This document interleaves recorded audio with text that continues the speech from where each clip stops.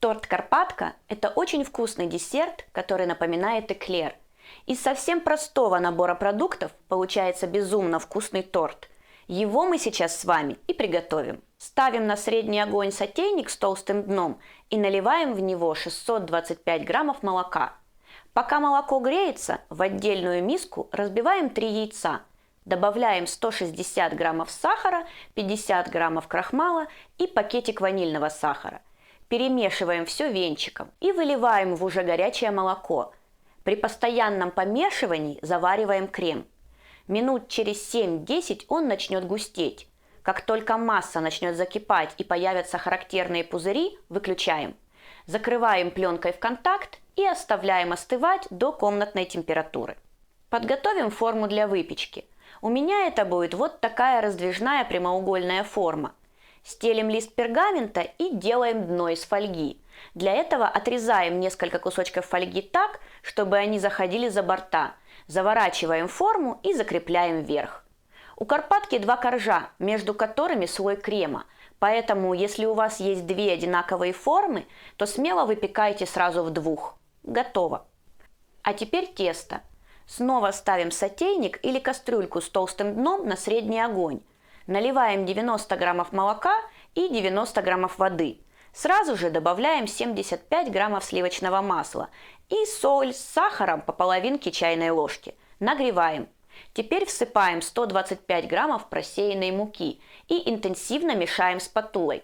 Нам нужно вымешать всю муку, заварить ее, но при этом не дать нашему тесту пригореть. Когда все собралось в единый эластичный комок, продолжаем вымешивать еще несколько минут, чтобы вся вода испарилась. Выключаем тогда, когда тесто чуть-чуть начинает пригорать ко дну. Перекладываем его в миску и даем остыть. Затем по одному вмешиваем 4 яйца. Каждое яйцо как следует вмешиваем спатулой в тесто. Устанавливаем форму на противень. Разделяем тесто на 2 части и размазываем по дну. Слой должен быть достаточно тонким и хорошо заходить во все углы формы. Отправляем в разогретую до 190 градусов духовку минут на 20-25. И вот тут и станет понятно, откуда этот чудесный польский десерт получил свое название. Благодаря бугристой структуре коржей, напоминающей горы Карпаты. Причем узоры эти никогда не повторяются и каждый раз при выпечке получаются особенными.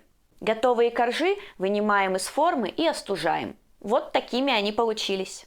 Возвращаемся к крему. Взбиваем миксером 190 граммов мягкого сливочного масла. Оно обязательно должно быть комнатной температуры, поэтому не забудьте достать его из холодильника за пару часов до использования. Когда масло как следует взбилось, начинаем по ложке добавлять заварную основу. Очень важно, чтобы крем и масло были одной температуры. Взбиваем до получения однородного пышного крема. Собираем торт. Лучше всего это делать в той же форме, в которой вы выпекали коржи. Укладываем на дно один из коржей. Выбираем тот, который менее бугристый, а тот, что красивее, оставляем для верха. Переворачиваем нашу будущую крышечку и заполняем кремом все выемки. После этого весь оставшийся крем выкладываем на нижний корж. Разравниваем спатулой и закрываем вторым коржом. Аккуратно, но плотно придавливаем руками. Закрываем сверху пищевой пленкой и в таком виде отправляем в холодильник на 2-3 часа, а лучше на ночь. За это время торт хорошо пропитается, а крем застынет. Теперь можно нарезать на кусочки. Крем получился очень вкусным, напоминает мороженое. Я точно знаю, что лучше гор могут быть только вкусные горы. Попробуйте и убедитесь в этом сами. Ставьте ваши лайки и подписывайтесь на канал. Впереди еще много всего интересного.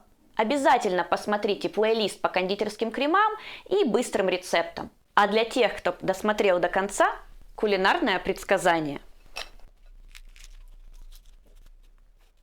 Домашний романтический вечер подарит вам приятные минуты. Ставьте чайник и начиняйте корзиночки.